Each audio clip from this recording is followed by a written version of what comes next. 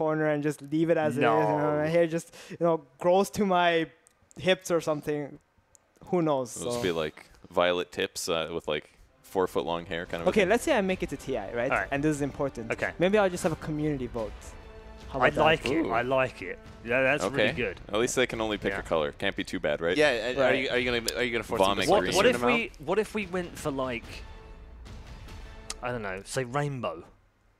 Maybe you have to have a bit of every color. I think he has to set some guidelines because we've seen community votes before do some pretty ridiculous I'm just trying to things. think how wacky it could I mean, get you out gotta there. make me look good. I mean, Okay. Like I represent a lot of people. But you look here, great right? anyway, so it's fine. Oh, but it's the internet, man. You don't It's the internet. outsource looking good. That's with the average opinion. That's All not, right, let's see good. if we can bring it back for Game 3, because the Game 3 draft is underway with bans aplenty. All looking pretty similar so far. Yeah. Yep. There we go. Well, one thing I guess we didn't really notice or mention about is like this Wisp hero, right? Yeah. Throughout many tournaments, it's always like this hidden ban versus some teams, like Liquid, EG now. You just ban them. You don't care how they're performing, how they're doing anything. You know it's one of their comfort picks, and you just have to get rid of it. I guess like we sort of just glance over it since we just see it so often. But it's kind of important that when you play against a team like EG, you don't have 2 bans. You have 1 ban because you have to ban this Wisp out, or at least that's how you feel like you have to draft. The hard part is too watching the games. Like even when it does occasionally let through, I feel like most of the time they lose with it. They're like, oh wow, I finally got this. I haven't actually played this in like 6 scrims. Yeah, this does happen for sure. One of the key differences, though, is that now that split push has kind of been buffed a little bit, I see the Wisp hero actually being much more effective. And that's why I think they're, especially somebody like Crit, and especially like somebody like EG, I think it's a much more of a fearful hero than in this current meta. It's also that even if they haven't played with it, probably you haven't played against it either.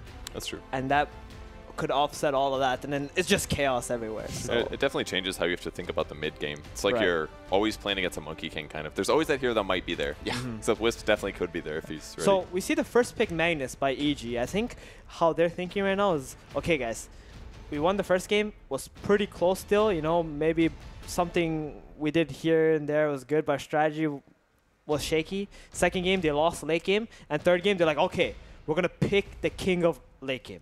We're going to pick Magnus right now. It's a hero that Faceless might pick themselves. He's a strong team fighter for us, and let's just play the game out like this. If they had Magnus anti-mage last game, I don't see how they could have lost. It's actually wondering if Crit is going to try and change it up this time and pick, some of the cores cores earlier on and try and figure that out instead of, Well, there's a block pick from Faceless. Yeah, a little bit. Except for the fact that it would have to be either RTZ or Summel playing it. true. So maybe not so much. I'm wondering if they're going to pick their melee core here. That way it doesn't get banned out. Like whatever they pick here, is it so integral that they grab it before it gets potentially banned? Yeah, So I could, but it's basically like Jug Troll. if it's like Lifestealer, Jug, then I can see it happening because they're heroes that don't really get screwed with. But because of the Prophet, they might rethink that, because Prophet is actually good at laning against Juggernaut and Lifestealer. They don't really have a way to get on top of them easily. It's not a Crit drafting thing either. He hates carry mid's first 2 picks. Right, right. Yeah, I mean, I like the Ricky. Obviously, everybody points back to the one game where Baboka was just, he had the 3 Aquila ring and Magnus. The percentage damage ends up adding so much to that hero, and it just becomes another support that's actually going to be able to do some damage. I would like to mention, okay, played a 7.4k average game. All right, there was a Ricky and a Magnus on the enemy team together. Okay, their Troll Warlord died, and they took the fight. And they RP'd us, and we're like, oh yeah, it's just a Magnus RP. Nothing could possibly go wrong. This Ricky blinks in, uses ultimate on 4 of us, and we're all just dead. He literally just got a rampage.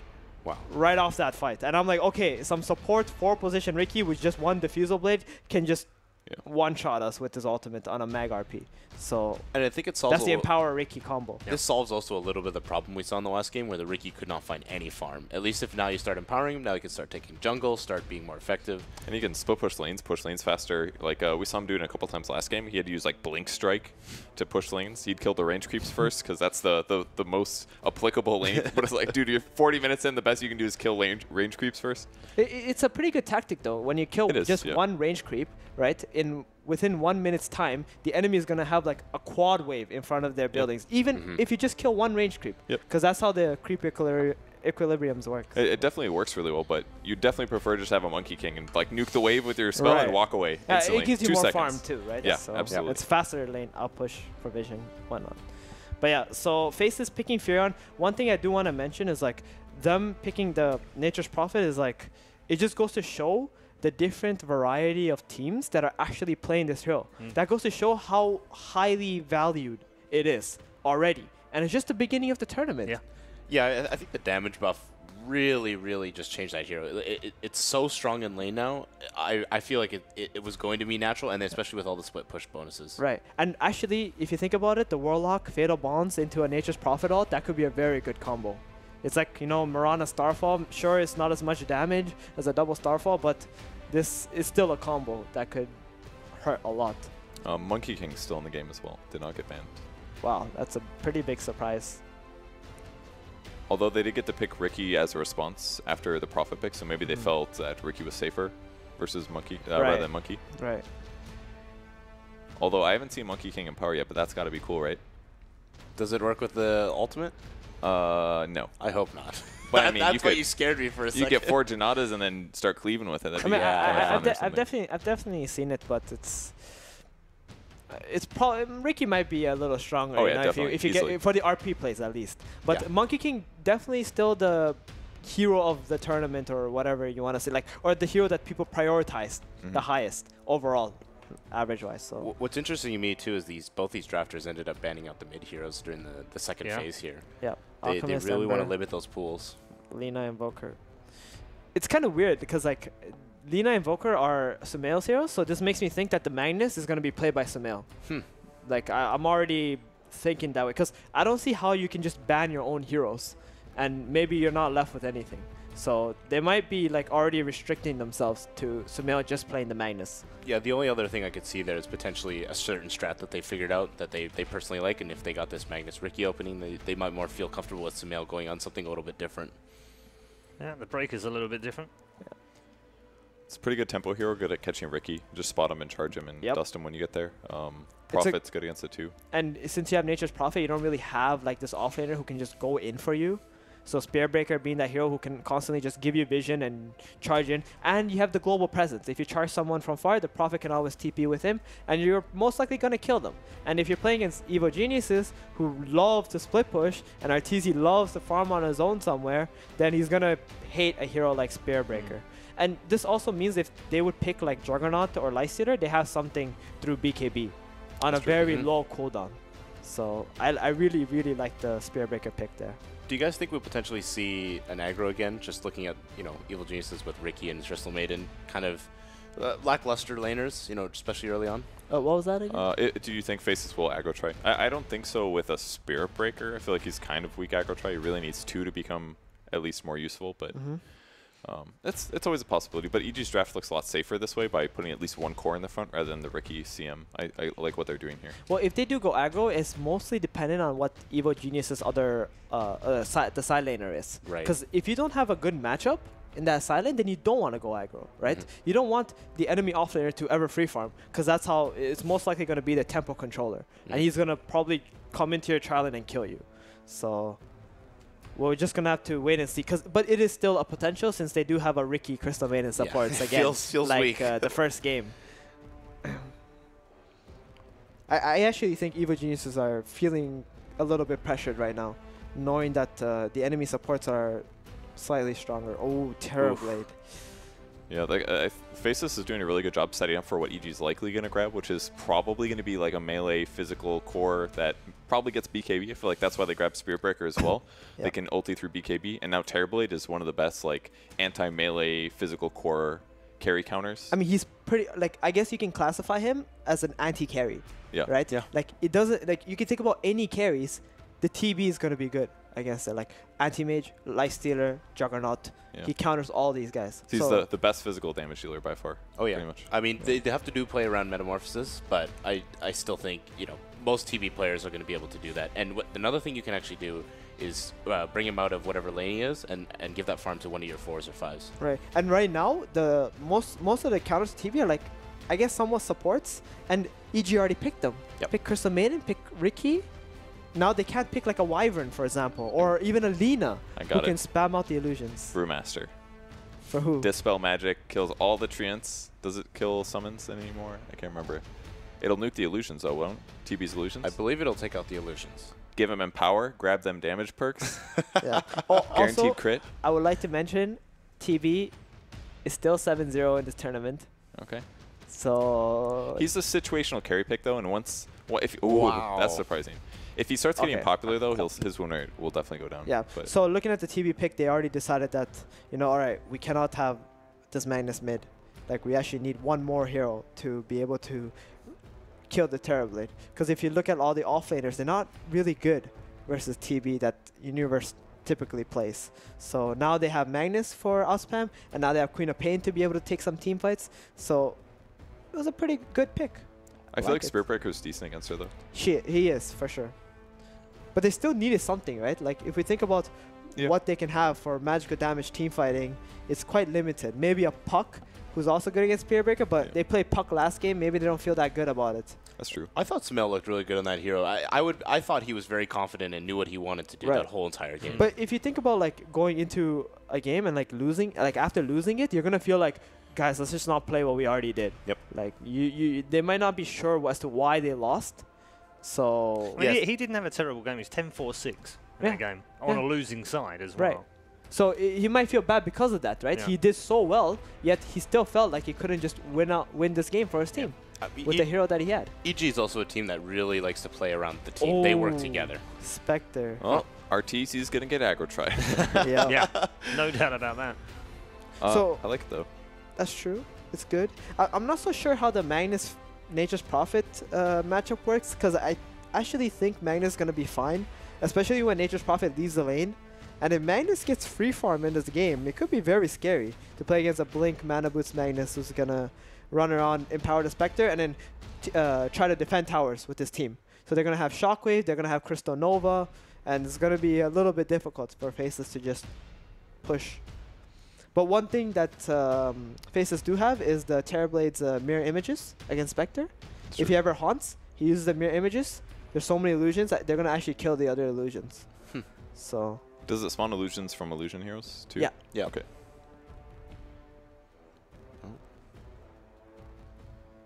Storm Spirit. Whew. Okay.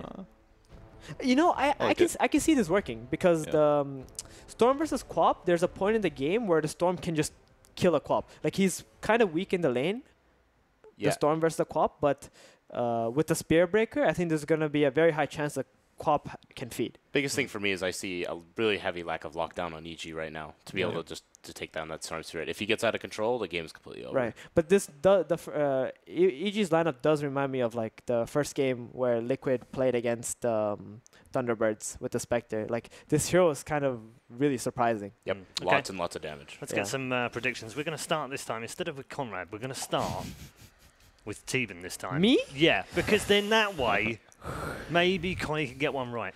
You can't get the guaranteed correct answer. I gotta go the opposite. Okay, very quickly, because we need to go over the commentators. Which way do you want to go? All right, you know what? I'll go with Faceless. Okay. Let's do it. I was going to go Faceless. I really like the lineup, and their draft feels really, really strong in this game. Okay, 2 for Faceless. I'll go EG. I was really unsure, but I want to be the contrarian. They usually get their answer right. I like the Quap. I want to see it work. I'm not confident, but I'll pick EG. Okay. 1 for EG, 2 for Faceless. We'll find out where the prediction game lies after our third and final game. It is the final game of the day as well, as we head into round 2, second leg. Let's head back to our commentary team.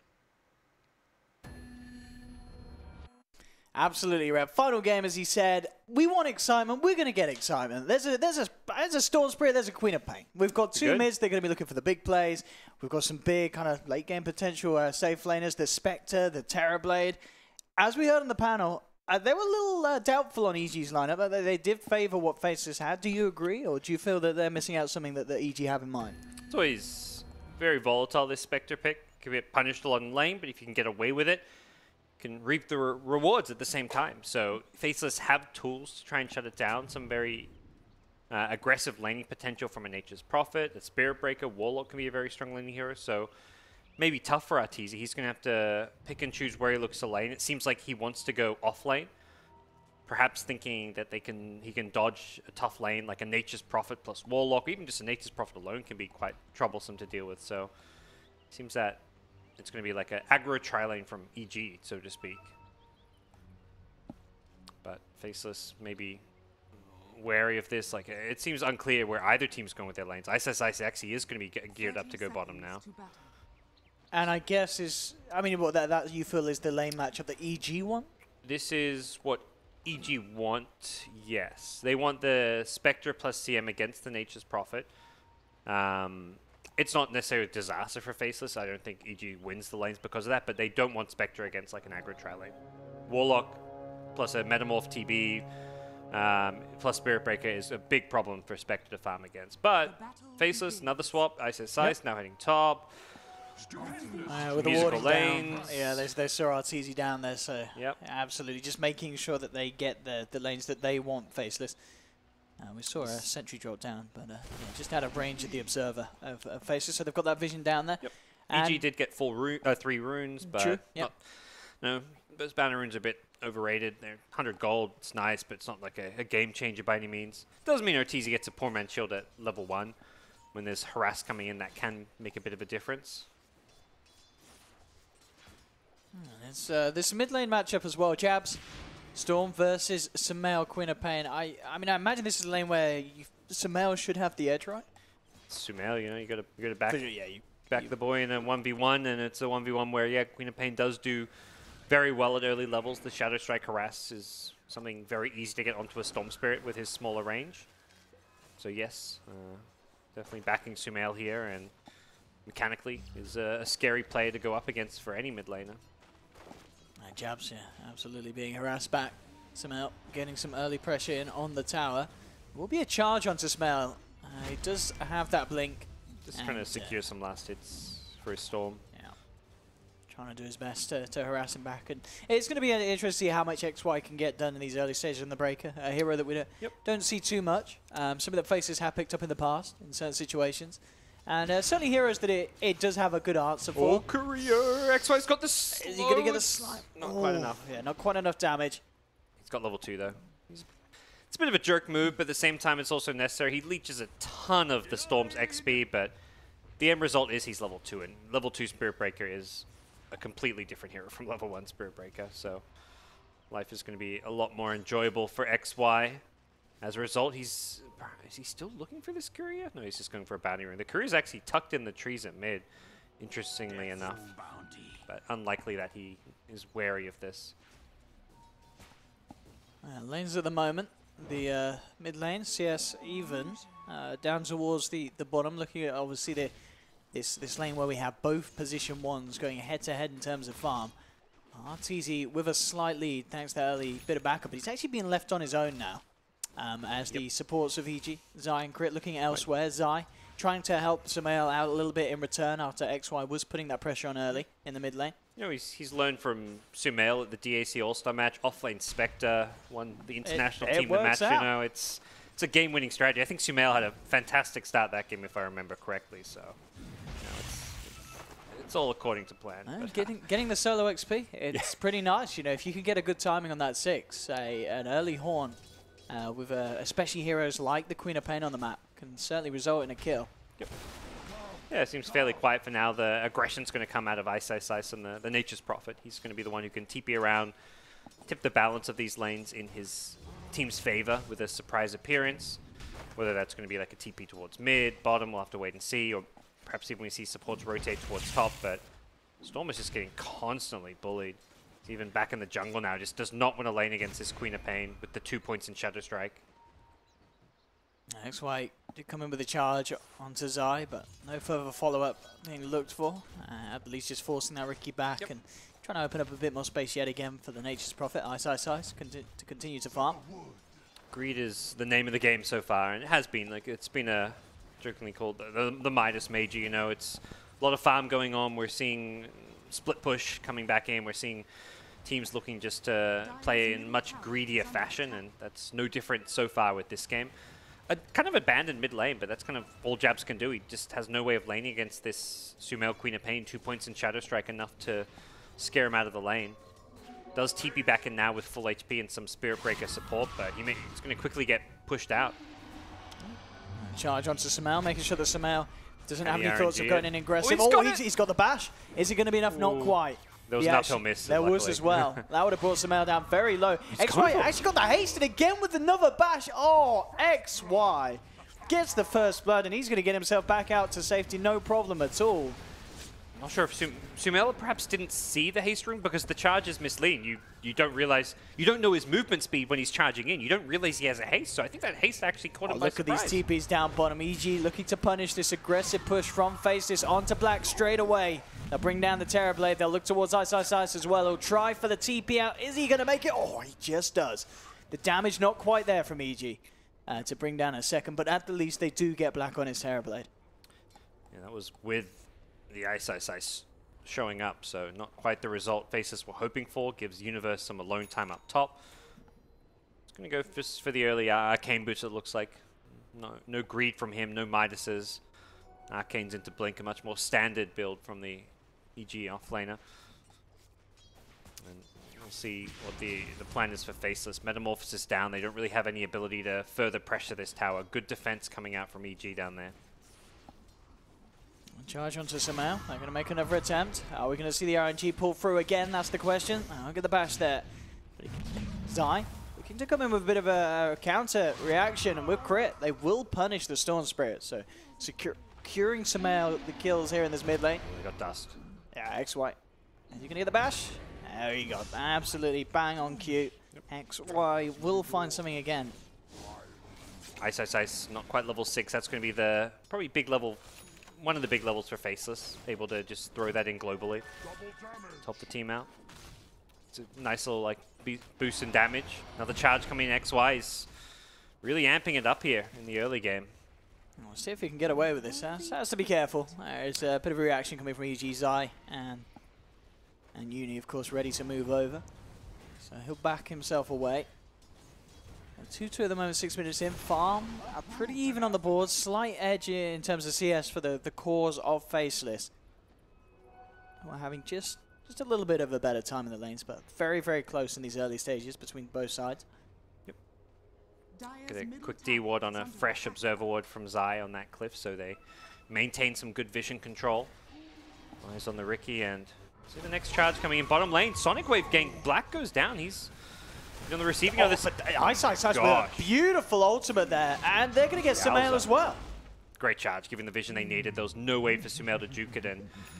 Ice rocks up. He doesn't even have like the phase boost. He's just happy with the magic wand, brown boots, rushing a Midas, getting involved early on, and that's a big couple of kills going his way. Skyrockets him to the top of the net worth charts. And if they can get this tier 1 as well, it's going to be perfect for this Midas timing. Yeah, so while Black's died a couple of times, I mean, I think the overall trade-off with how well Jabs is doing in the Storm, as well as the Nature's Prophet getting those kills, and Queen of Pain dying, big picture-wise, 2 big kills. Yeah, it's going well, and immediately he respawns Metamorphosis. It was still up, so it allows him to pressure this bottom tier 1 tower. Whether or not he can take it, we'll have to wait and see. Ice in the neighborhood means it's quite likely they can get this tier 1.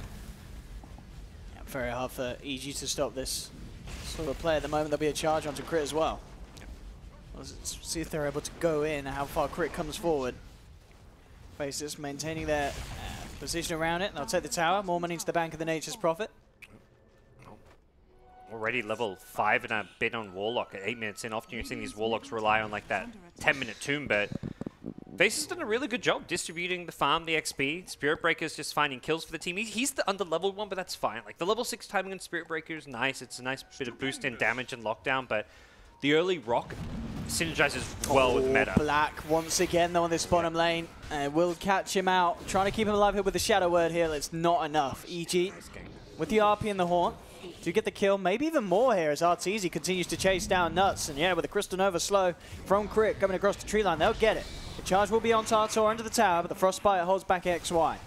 Another Nature's Prophet ultimate with the Fatal Bonds! Oh my goodness. Ice landing some beautiful bounces here. Casting it just the right point so that damage builds up. That's so much gold. That's a solo kill. He gets filthy rich off of that. I can't remember the last time I saw a Nature's Wrath just be that impactful at 9 minutes in twice so far where he's done it and he's got these big kills. the 2 points in Fatal Bonds, that was actually insane. He's going to rush a mech for his team. So as much as the greed is there, but ISSS is a player that really likes to kind of apply pressure, play super aggressive, and the mech gives him that capability. For sure, yeah. He's really pulling out the team playing. And in Game 2 and Game 3, you know, Game 1, this team was probably like, mate, don't do that again. No more of that brood stuff.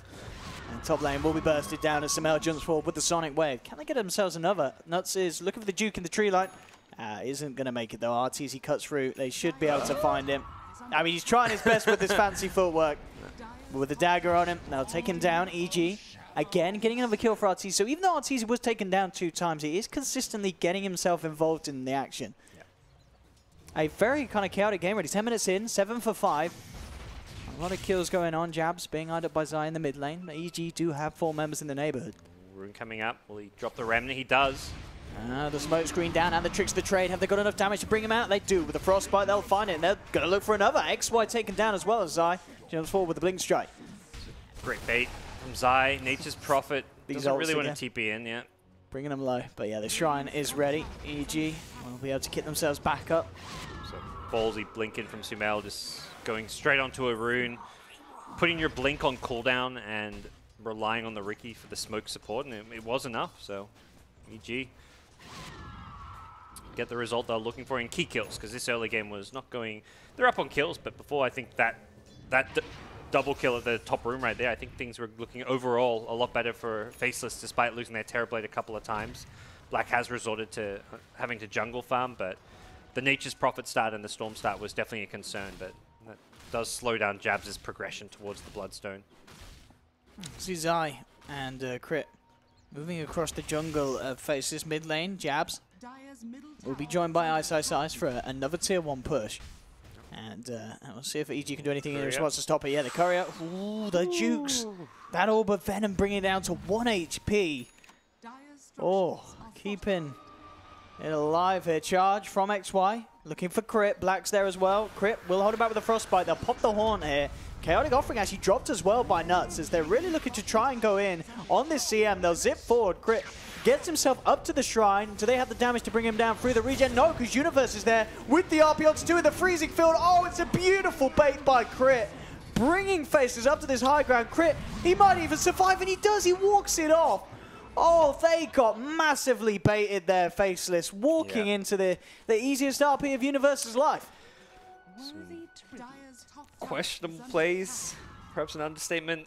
Faceless just, I mean, they did get baited, but I feel like it was less credit to Crit for baiting and more credit to Faceless for just diving into a shrine. Into the high ground. Dropping a rock on a Crystal Maiden, that's the most baffling play. That Chaotic Offering was not the timing that Nuts wanted to use it for. Damn. That was just the Crystal Maiden, and the Haunt literally spooked them. They were like, oh crap, he's using Haunt, it's a team fight. Yeah, too spooky for me. That was just a Haunt illusion with a Crystal Maiden that was caught by the rock, so they don't even kill the CM, but that's the thing, like dropping the rock on a CM and not even having the damage to kill her off.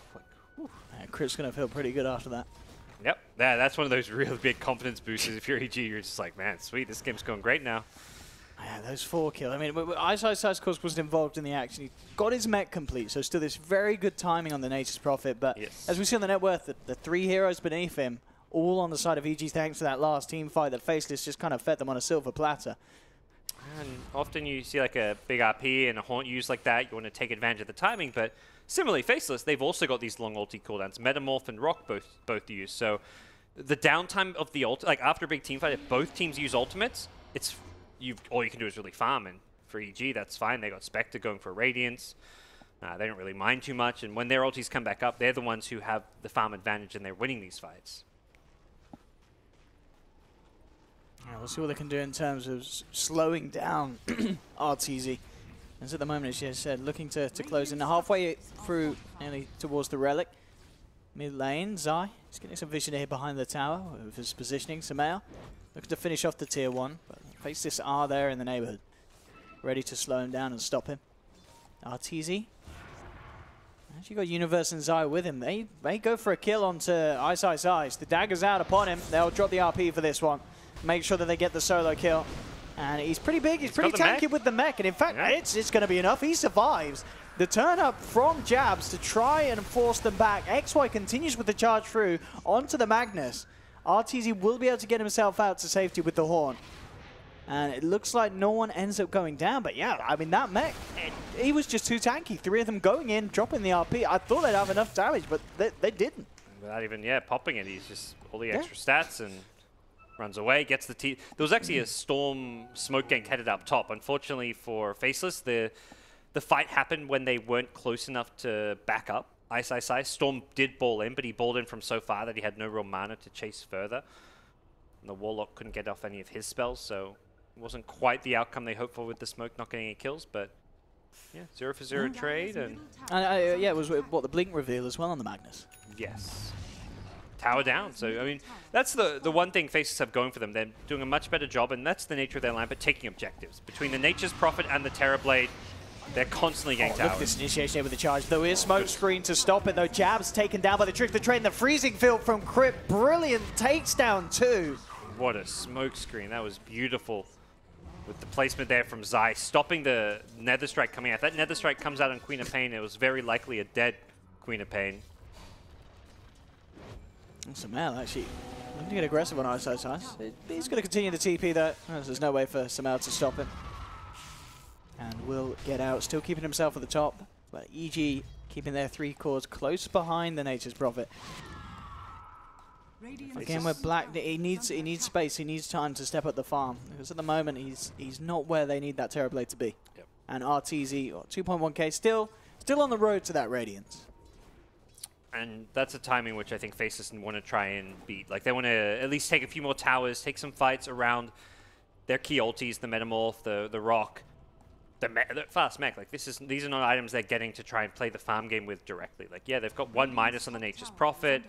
They're likely going to go for a second on a hero like a Warlock, but they do not want to give EG room to Let's see if they keep get away farming. with it this time. Ice, surrounded. Sprouts up Crit, with the 3 of them there, 4 of them like that, as well as Zai comes in for the kill secure.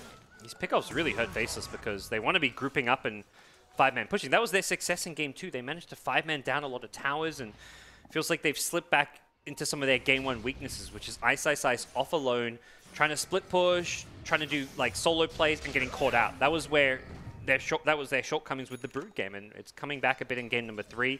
I think he's waiting for his team to group up as 4 and push a lane so he can TP in, and while he's waiting and pushing out a lane by himself, EG are just playing faster. Like, they're getting to Ice before the other 4 Faceless members actually get in position to push a lane.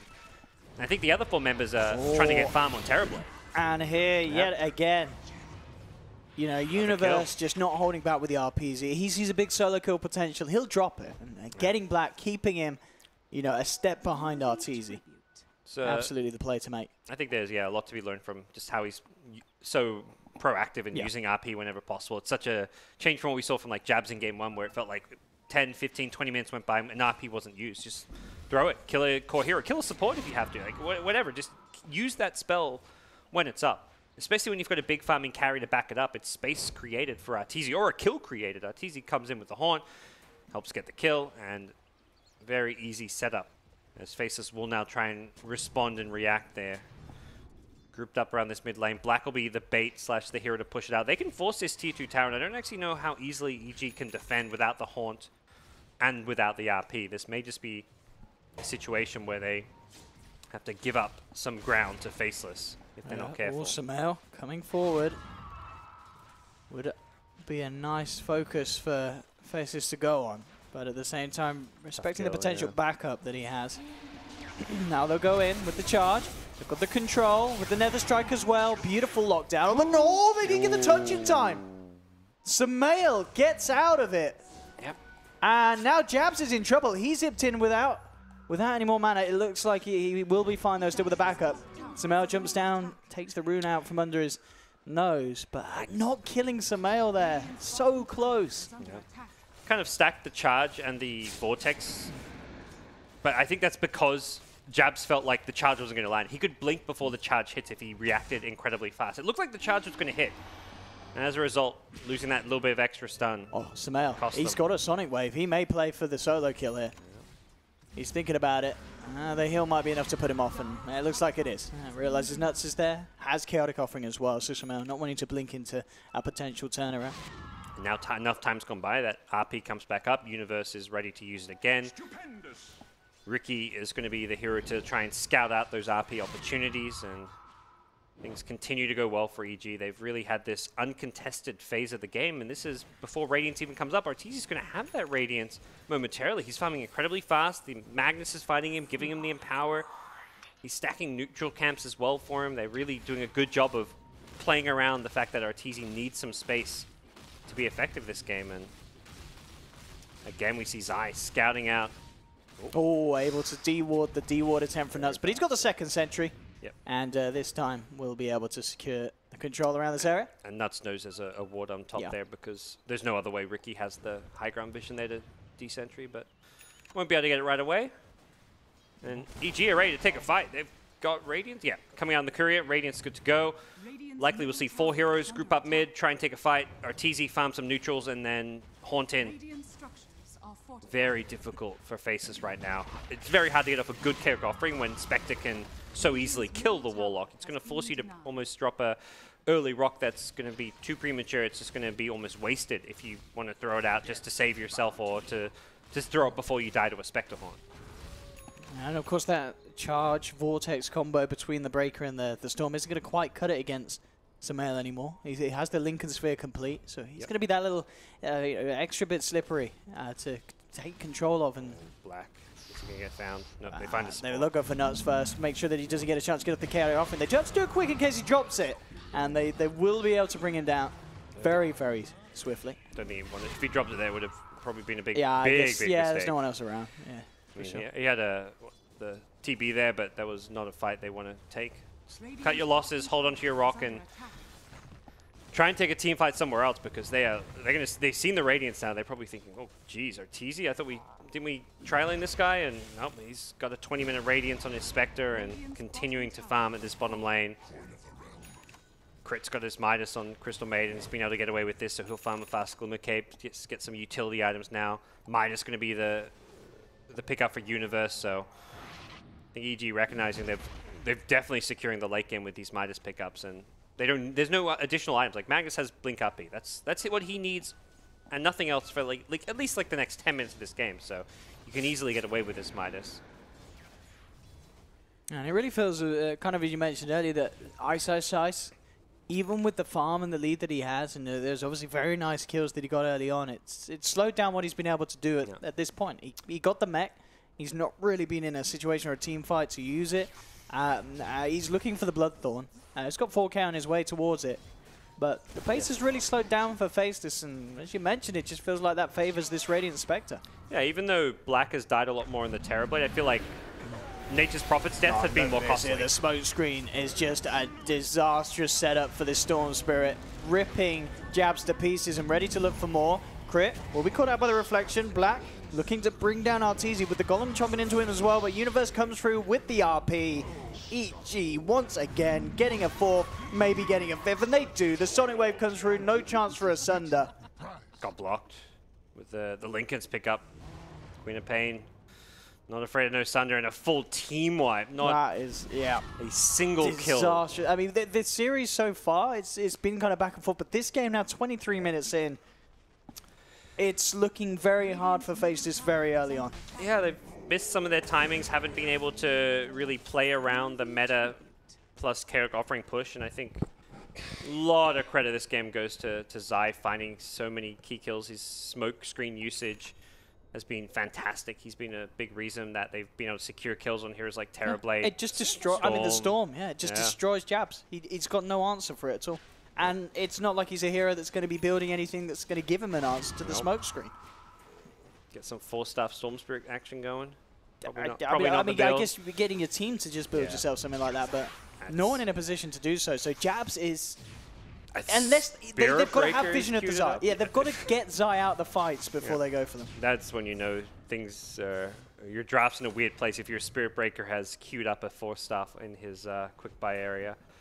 Not a hero you'd ever really expect to buy this item, but hey, you need a 4-staff somewhere. You've got to save whoever gets smoke screen. Perhaps Nature's Prophet could have gone for it, but I think Isis is like, I'm the only hero with farm. I need carry items, and goes Orca. He's going to go some DPS this game. We'll see how that works for him, but that's really a big problem right now, is lack of damage. And still got, like, I mean, if you fight with meta and get like a good rock off, things could go Faceless' way. I mean, they're definitely close to a couple of key kills there, but EG just have such a big team fight. RP, Haunt, Sonic Wave is just brutal right now, and it's hard to really talk about Metamorphosis as a big team fight spell when Black has limited items to back it up. Storm Spirit has a Bloodstone, which is nice, but hasn't got massive follow-up potential outside of that, so tough game for Faceless now. And the fights that they have to find these fights if they want to hope to catch up with the Spectre. I mean, closing that gap between the Terrorblade and the Spectre now at this stage, when Arteezy pretty much has the Manta done as well, is going to be incredibly hard unless they can find these team fights with a good chaotic offering. But we look at what we've seen so far, and you look at the tools that EG have, they just have more in terms of AoE team fight. The Freezing Field, Sonic Wave, RP, Faceless, they are going to go for a smoke, jabs, looking for the initiation straight in onto Universe, making sure it's hard for him to get off a good RP, still gets it off, and that's going to be enough to kill the Storm Spirit. Double kill for Samael as he comes through with the Sonic Wave. Crit will fall in return. Black doing quite a lot with the Metamorphosis. Is it going to be enough? Falling low, but he doesn't get it off in time. He's down. Samael survives with the triple kill. Arteezy's still alive. Samael just cleaning up the backlines, picks up an Ultra. He'll pick up a tier 1 to boot as well. Samael just starting across them all. Ice comes in with jabs. They're looking for Samael. It's a huge kill if they can get it, but they can't. He blinks out jabs. Still trying to zip and find it. Samael, will he go down? He finally does. It's a big kill to find. That's a dieback though, OD Pixel. Yeah, and jabs is probably going to go down as well as Arteezy and Zai chase him down. A Storm gone as well. That's 7 deaths on Faceless, including buyback money from Ice's Nature's Prophet. That's it's tough. I mean, they killed Samael, but as you said, it takes quite a bit to kill that man when he's having a good game, and he's having a good game. He's having a good series. Samael has been incredibly stable in this series. Yep. And his Queen of Pain performance is no outlier. 13-3-8. Went all in on the Magnus there, and they killed the Magnus before the RP. Great. Not sure if Storm... No, he still got the RP off. Yeah, he still got it. Yeah. I don't know if there was a smoke on the Storm there, couldn't quite tell, but or if he just didn't get the ball. Like, ideally, he's trying to ball lightning dodge the RP. If you constantly ball lightning when you're on top of him, he can't really RP because you can dodge it, but Universe wins that battle there, and Jabs goes down. And I mean, that was the dream time to fight for Faceless. You know, you've got this 12 Bloodstone charge Storm. He's going to have a very short respawn. You're happy for him to ball in, fully commit, die, and then come back. And ideally, Storm, like, you kind of know the Storm's going to die there. He's putting himself in such a deep position against, like, Spectre, Quap, Smokescreen from a Ricky, Frostbite, but you're hoping that he can set up the TB and the Nature's Prophet to do a lot, and then when he respawns, he wins you the fight, but they couldn't get kills elsewhere. Terrorblade doesn't, again, 2 fights in a row, couldn't get off a good Sunder. It's so key for Black because there's so much AoE damage. He's always getting low in these fights. He has to get Sunder off to stay alive. But all these heroes are Queen of Pain, has a Linken's. They're pretty good at kiting. Magnus has Blink and Full Staff. Ricky goes Invis. Spectre can be pretty elusive. It's not easy to find a Sunder target. Oh, yeah, it's easy. More than halfway towards Diffusal Blade as well. And, well, Ricky, Zai, pretty much has his done. And then he's the recipe to go. And things looking very sketchy for Faceless now, 27 minutes in. Sometimes, you know, the kills don't really tell the story, but this game, it certainly feels like they do. 31-7. And the lead in terms of goals certainly apparent as well. Zai will be gone on. A quick tricks of the trade. He'll survive. And in fact, Jabs could be in trouble. The chaotic offering will be there to hold them back. Jabs zips back in. Again, the smoke screen still there. Has to be careful. The Haunt coming through. Universe in the midst of it all. The RP lands onto 3. Getting Faceless caught down. And now, as 2 are out, XY will charge back in. He's looking for Zai, will get the Ricky kill, but Universe again turns around with the Shockwave, picks a 3rd. Arteezy's there to clean up a 4th. And once again, Faceless are just having to throw a full team, just getting 1 kill. This time it's not even Samael, it's only poor old little Zai. I mean, EG just have gotten this lead that they're not afraid to play aggressive around. They aren't scared of the rock. They recognize that Faceless have a formidable team fight, but they've just got such a big item advantage. Sumail's at this point where he's incredibly tanky. He's over 2k HP. He's got that level 20 HP talent. He went plus 10 strength as well at level 10. He gets a lot of bonus survivability through his talents, not to mention his item build. Lincoln's Veil, he gets extra armor, extra HP, spell block. He is such a great frontliner to have, and as a result, it's very difficult for Faceless to actually win these team fights despite having Warlock, TB. I mean, that's really it. At this point, that team fight looks lackluster. If there's a Haunt up, there's no way you win those team fights. Manta Diffusal for Arteezy. This guy is, yeah, he's way too farm now. And this is really a point as well where the game becomes very hard, not just for the team, but specifically like XY Spirit Break. I mean, what do you do in these situations? I mean, we did see him obviously guarantee the kill at the end on Zai, Yeah. but every move he's going to make is going to feel very suicidal jumping into this lineup of EG. He's going to try and, yeah, dive onto the Disablers. Someone like a Ricky, if you can stop a smoke coming out into your Storm, stop a Frostbite, stop an RP. That's kind of his goal, is to just be disruptive. Try and stun as many heroes as possible with the charge through, because that's what's going to be able to set up Black to do as much damage as possible with Metamorph. Zai's being charged. Jabs and Ice there, quick to find the kill. Okay. At the same time in the mid lane though, it looks like Black's being jumped. Universe in with the RP. Black no chance to play his way out of that one with the silence coming in as well from Sumail. And down for 50 seconds. They don't have the TB. One of the forces that they need is not even a very strong one at this stage. Bottom lane, EG ready to try and move across for more kill after kill as XY losing his life. So 37-9, 30 minutes in. It's looking to be quite the beatdown here in this final game 3. Yeah, Sumail's just, he's showing up here. He's Queen of Pain. Always been one of his kind of signature heroes, and not exactly a hero you see much in competitive at the moment, but if there's anyone who can make it work, it is Sumail. And the whole EG team have really, they're looking like the tier 1 team that I think people expected them to be at this tournament. They're often a team talked about, oh, they're slow to start, they have bad day ones, they have bad group stages. Well, this is much more like it. It did take them a couple of series to get to it, but Okay. they're back there now. Game 3 of their second series of the day, but you know, they're there, and it's always like an adjustment period. You don't know what the metagame's going to be. You have some strats in mind that you think are going to work, but in practice they may not be as strong as you think they are until you're playing tournament play, and you're versing opponents who you don't quite know what they're going to do. Like TNC was a very dangerous round 1 opponent. Faceless, another kind of volatile SEA team who have some very high ups and some low lows, but we've seen that in this series, and EG, though, proving through a lot of their experience to be the better team right now. Looking for the smoke play onto Sumail. Tough Can kill. they get him? He's already blinking away. Can't initiate, like, you can't charge him, can't Nether Strike, No. can't Orchid him. This Lincoln's block is just very pesky. Jabs does have a BKB now, so there is that answer to the smoke cloud. Not the optimal item for a Storm Spirit, but definitely something that he's just been forced to build this game. And they're actually going to find Universe. Universe quick with the Force, tries to go for the skew out. In response, the Horn comes through. Universe, oh, he gets the RP. They just walked into it. The Sonic Wave as well. Jabs falling low. He's still trying to move across to finish off Universe, but they've lost 2. They're going to lose Black as well. 3 down on Faceless. And Universe, he survives. He gets out. They turn, they kill Jabs. It's a 4th down. And yet again, this is just a public beatdown for Faceless that they are receiving, 41-9. Yet another team fight absolutely lost. Down to just 3 Bloodstone charges. It's hard, but you've got to be able to at least ball lightning that RP sometimes, and that's like 2, 3 in a row that the ball lightning dodge hasn't been there with, and Universe is just like, oh, you jumped me, I'm just going to throw my RP and hope it hits the Storm, and time again it's hitting the Storm Spirit. And EG will take a, feels like a fairly fast rack. So still 33 minutes in, but boy, yeah, EG is just dominating right now. Radiant's middle barracks has fallen. You know it's potentially over when the Ricky says I'm building an Axe.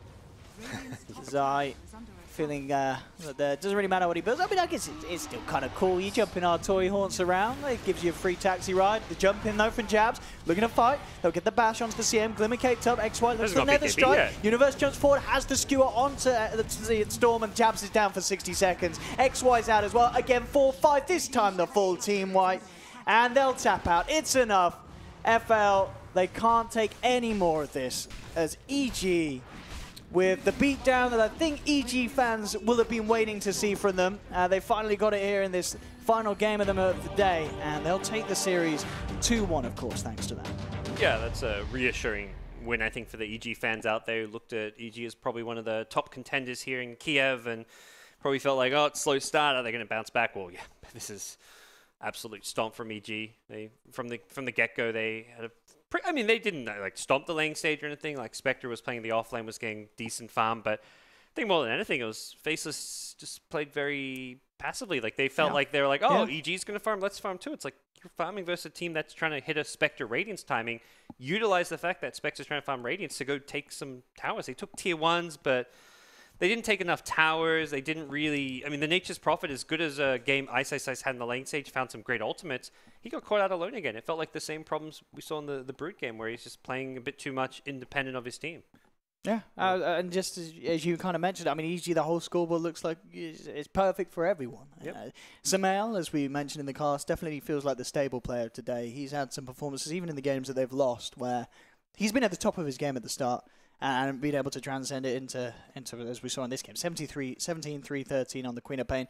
Universe as well, it seemed like he had kind of an easy game, at the start, managed to get the solo pickoffs, but then they were kind of walking into the RP every time. Yeah, they came to him. Normally as a Magnus, it's like, all right, got to watch the fight, who's going, where the spells used, all right, now I blink RP. He's like, I've just got to wait, and Faceless will arrive, guys. So wait for Faceless to initiate on me, and then we win the fight, win the game.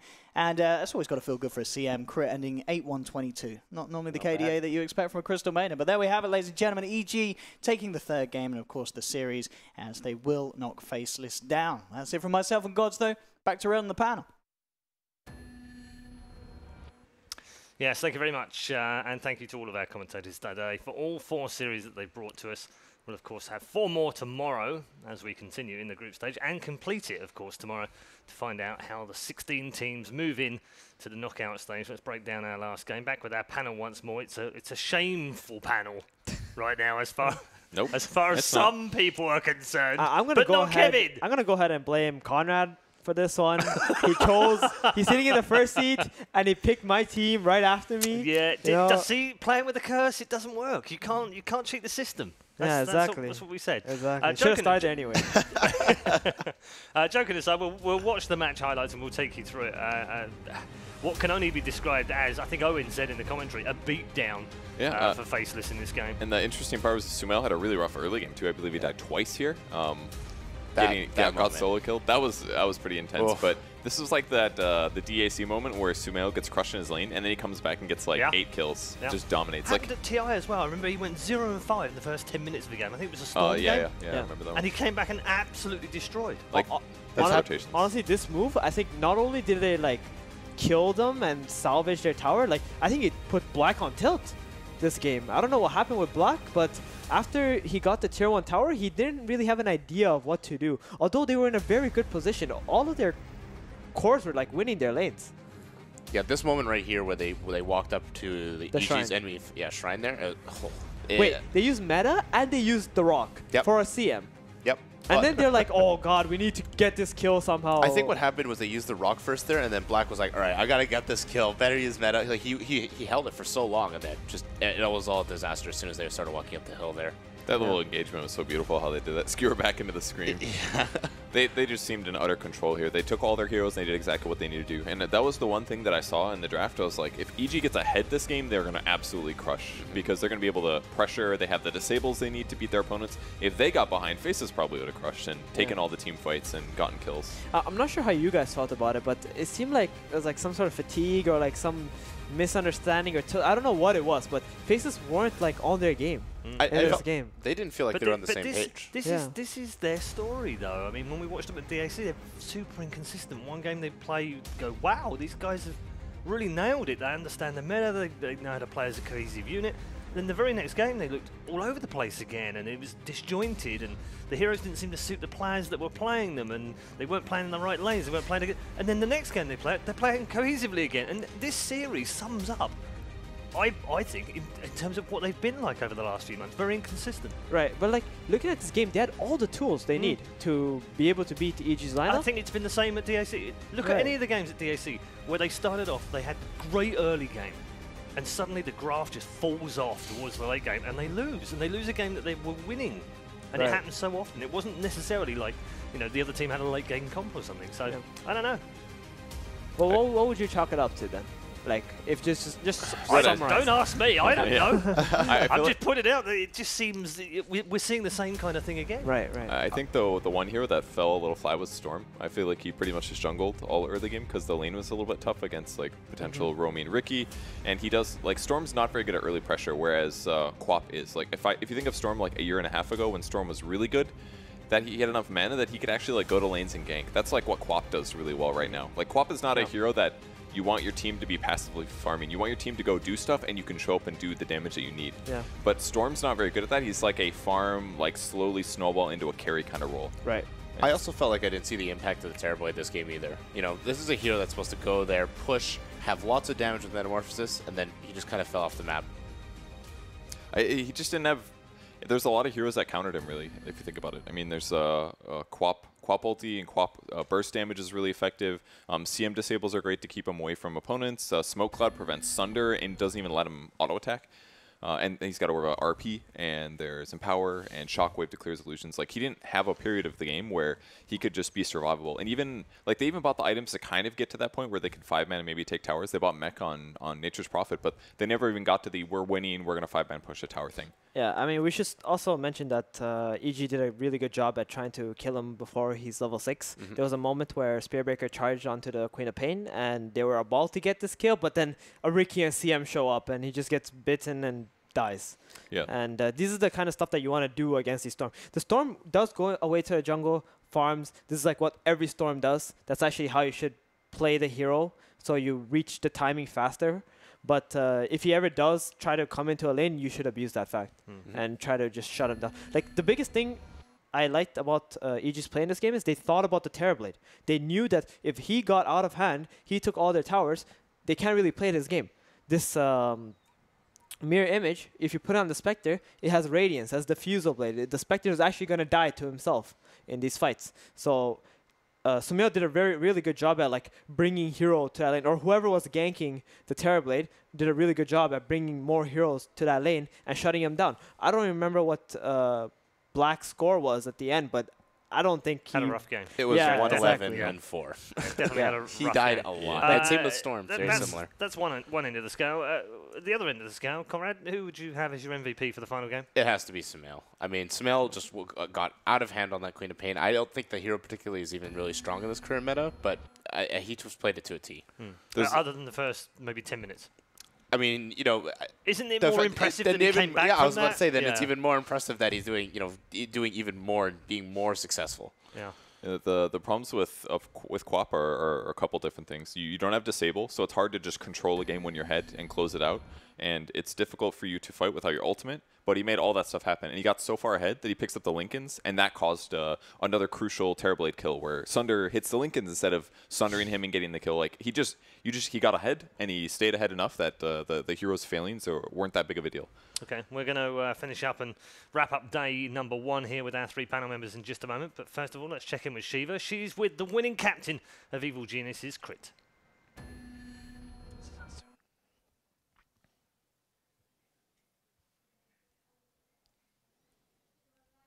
Yeah, thank you very much, Paul. Indeed, sitting here with Crit. Crit, I'm going to take you back to the 3rd game first. There was a moment in that game, you're Crystal Maiden, you're running through the river, you've got an enemy team coming at you, and they're all there. You're running up the high ground. You know what happens next. Talk to me through it. What happens? Well, I got charged by the Spirit Breaker, and I realized once I used Frostbite on him that they had no catch for me. And then I got Infernal, the fucking Warlock ulti on me, and I'm like, guys, they're using everything on me, and I went up the hill and I shrined, and Sahel TP'd in, and I just ultied, and I might have been a bit hyped there, but yeah. I mean, that looked like a good moment for a Crystal Maiden. You lived as well. Yeah, that was great. Yeah, great game, the 3rd game. First game, you were up against the Broodmother. Broodmother was a last pick. How did that change your game plan? I mean, we kind of knew it was coming. We were talking about it in the draft. We had like a couple of heroes that we were scared about. And I think we made probably the wrong decision with our last ban and our pick. So we ended up playing against Brood, and it was rough for our lineup. Like we had to endure the first like 20 minutes, and there was a couple of times where it was looking pretty grim. There was it was hard against Brood because we didn't have much wave clear, and we knew it was going to be hard once they picked it. So yeah. And then that same game, you played a Wind Ranger support in your team, and there were still a lot of other supports available when you picked Wind Ranger. What made her stand out above the rest? It's just a hero that I like to play. Played with it a couple of times in this patch and in pops. Like I don't think we played it in official before, but it's just a hero that I like, and it fit the draft pretty well, I thought. So just went for it, and then it was nice to have against Brood.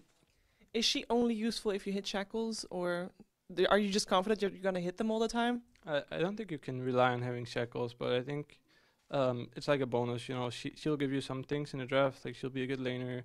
She'll give you like power shot, will clear your waves, and then sometimes she'll have a shackle. You know, so those are like the things you can rely on having when you draft her. So it's nice. And then in the second game, you had Anti-Mage and Nature's Prophet, a lot of split push, but you weren't able to execute it as the way you wanted. You didn't end up winning that game. What caused that for you? I think both that game and our first series against TNC, we had some issues with our drafting.